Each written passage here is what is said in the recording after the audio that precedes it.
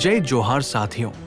हाल ही में बामसेफ और भारत मुक्ति मोर्चा का राष्ट्रीय अधिवेशन बिहार राज्य के बोधगया जिला में भरी सफलता से संपन्न हुआ, जिसमें देश भर के लगभग सभी राज्यों से कैडर्स उपस्थित थे। इसी दौरान बामसेफ भारत मुक्ति मोर्चा के तमाम नेतृत्वकर्ताओं ने अपनी जबरदस्त बात रखी। राष्ट्रीय मुस्लिम मोर्चा के राष्ट्रीय महासचिव ने बहुत ही ज्वलंत विषयों पर अपनी बात रखी। मनुवादी व्यवस्था मुसलमानों को निशाना बनाकर किस तरह एससी, एसटी, ओबीसी की हकमारी कर रही है, इस पर उन्होंने विस्तार से अपनी बात रखी। आइए देखते हैं उन्होंने क्या कहा। फहीमुद्दीन सर, राष्ट्रीय उपाध्यक्ष, राष्ट्रीय मुस्लिम मोर्चा, नई दिल्ली। सर, आप आए और अपनी विचार रखें। सभी साथियों को जय मूल निवासी। आज के इस नशिस्त में दो उन्वान रखे गए हैं। एक, uniform civil code SC, ST, OBC पर लागू किया जा रहा है, ये मुसलमानों के खिलाफ है, क्या ये हकीकत है? एक जायजा। और दूसरा, तंजीम और क़ियादत, इस तहरीक को आगे बढ़ाने के लिए साधन और संसाधन, जिस पर आपने बहुत सारे वक्ताओं से यहाँ पर बात सुनी, तो आप तमाम का इस प्रोग्राम में इस्तकबाल करते हुए मैं अपनी बात रखना चाहूँगा कि साथियों, जिस कारवां को लेकर हम आगे बढ़ रहे हैं, हमारा जो मुखालिफ है, जो 3.5% है, और जो आरएसएस के नाम से जाना जाता है, वो भी अपने मिशन को पूरा करने के लिए वो तमाम तर हथकंडे और साजिशें कर रहा है, जिससे वो अपने मिशन को आसानी के साथ पा सके, हासिल कर सके। यूनिफॉर्म सिविल कोड बज़ाहिर ऐसे लग रहा है कि ये मुसलमानों के सिलसिले में की जाने वाली एक बहुत बड़ी कोशिश है। जो एससी, एसटी, ओबीसी के लोग हैं, इनको ये बताया जा रहा है कि हम इस्लाम, ईमान और मुसलमान के लिए एक ऐसा कोड बनाना चाहते हैं जो सबके लिए एक हो, एक यूनिफॉर्म हो, एक ही अंदाज में तमाम के काम किए जाने तय पाए, एक ही रूल और रेगुलेशन हो।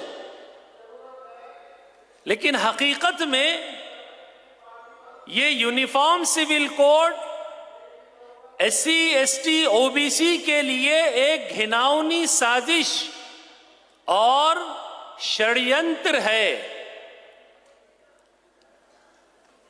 जब कभी अपनी मानसिकता को पूरा करना होता है, तो समाज के अंदर किसी एक कम्युनिटी को टारगेट करके उसी कम्युनिटी के खिलाफ में बात की जाती है और दूसरे लोगों को यह बताया जाता है कि हम इस कम्युनिटी के खिलाफ हैं और आपका साथ सहयोग चाहते हैं, आपके हम फेवर में हैं।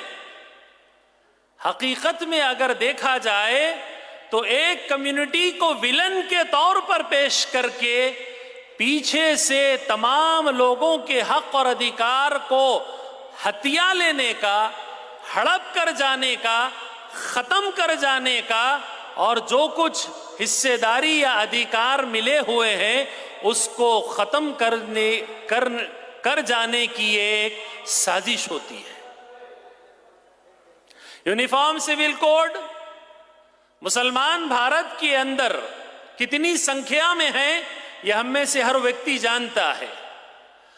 लेकिन जैसे आर्टिकल 340, 41 और 42 के अंदर पिछड़े वर्ग के लिए, अनुसूचित जातियों के लिए और इसी तरह आदिवासियों के लिए जो अधिकार रखे गए हैं तमाम के कैंसलेशन का ये एक फरमान है यूनिफॉर्म सिविल कोड। एक तो आपको डायरेक्ट विलन बताकर दूसरे लोगों का हक मार दिया जाता है, और दूसरा कभी इनडायरेक्ट तरीके से आपके विचारों को और आपकी नजर को बहकाने और गुमराह करने का प्रोग्राम बनाया जाता है। उदाहरण के तौर पर अभी चर्चा में ओबीसी सेंसस का मामला बहुत जोरों पर है, और साथ ही ईवीएम का मामला जोरों शोर से पर भी चल रहा है। आम व्यक्ति जो है वो ईवीएम के बारे में बात कर रहा है, चौराहों पर गली कूचों में बेरोजगार सारे लोग, महिला के साथ साथ मर्द भी बुजुर्ग भी बात कर रहे हैं। तो ओबीसी सेंसस को और ईवीएम के मुद्दे को पीछे करने के लिए मुसलमानों के खिलाफ में वक्फ अमेंडमेंट बिल को लाया जाता है।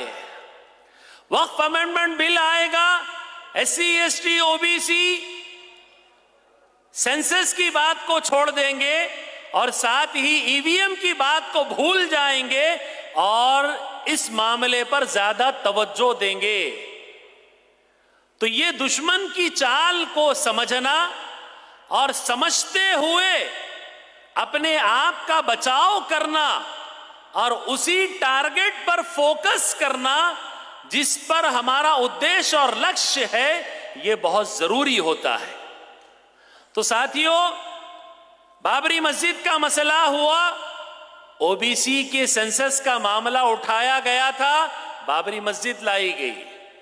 उसके बाद हम देख रहे हैं ओबीसी का सेंसस का मामला जब जब किया गया तब तब कोई ना कोई मामला ऐसा पेश कर दिया जाता है जिससे सेंसस से तवज्जो हट जाए और पूरी तवज्जो मुसलमान पर मरकूज कर दी जाए, शामिल कर दी जाए, फोकस कर दिया जाए।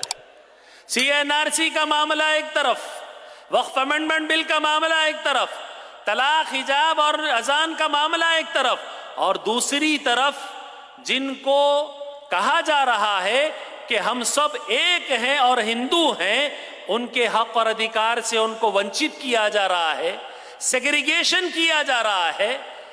आदिवासियों का टोटल सेग्रीगेशन करने के लिए मुहिम चलाई जा रही है। अनुसूचित जातियों के लिए जुल्म और अत्याचार हो रहे हैं और ओबीसी की बात नहीं की जा रही है। तो हम और आपको ये समझना होगा कि यूनिफॉर्म सिविल कोड का जो मामला है वो ये सिर्फ मुसलमानों का मामला नहीं है। भारत की तकरीबन 85 और 90% आबादी जिनको रिजर्वेशन मिला है, ये सीक्रेट एजेंडा है रिजर्वेशन को टोटली खत्म करने का। तो हम होश के नाखून लेंगे और समझदारी का सबूत देंगे। ये बात मैं कहना चाहता हूं और एक गुजारिश करूंगा कि तहरीक, तंजीम और क़ियादत को चलाने और मिशन को आगे बढ़ाने के लिए साधन और संसाधन की बहुत ज़रूरत है। जब तक ये नहीं होगा उस वक्त तक ये कारवां आसानी से आगे नहीं बढ़ेगा। आज मुसलमान इस मुल्क में 50,000 करोड़ ज़कात के तौर पर देता है, लेकिन बदकिस्मती से कोई बड़ी समाजी तहरीक का वो हिस्सा नहीं है। अगर समाजी तहरीक का हिस्सा होता तो आज जो वर्तमान में मसाइल चल रहे हैं, शायद ये मसाइल इस तरीके से नहीं होते। तो मैं गुजारिश करूंगा तमाम शरीक मुसलमानों से कि तहरीक, तंजीम और क़ियादत को आगे बढ़ाने के लिए साधन और संसाधन देना ये आपका दीनी, इंसानी, अखलाकी फरीज़ा है। मुझे यहाँ कहने के लिए वक्त दिया गया, इसके लिए बहुत शुक्रिया। अस्सलामु अलैकुम। जय मूल निवासी।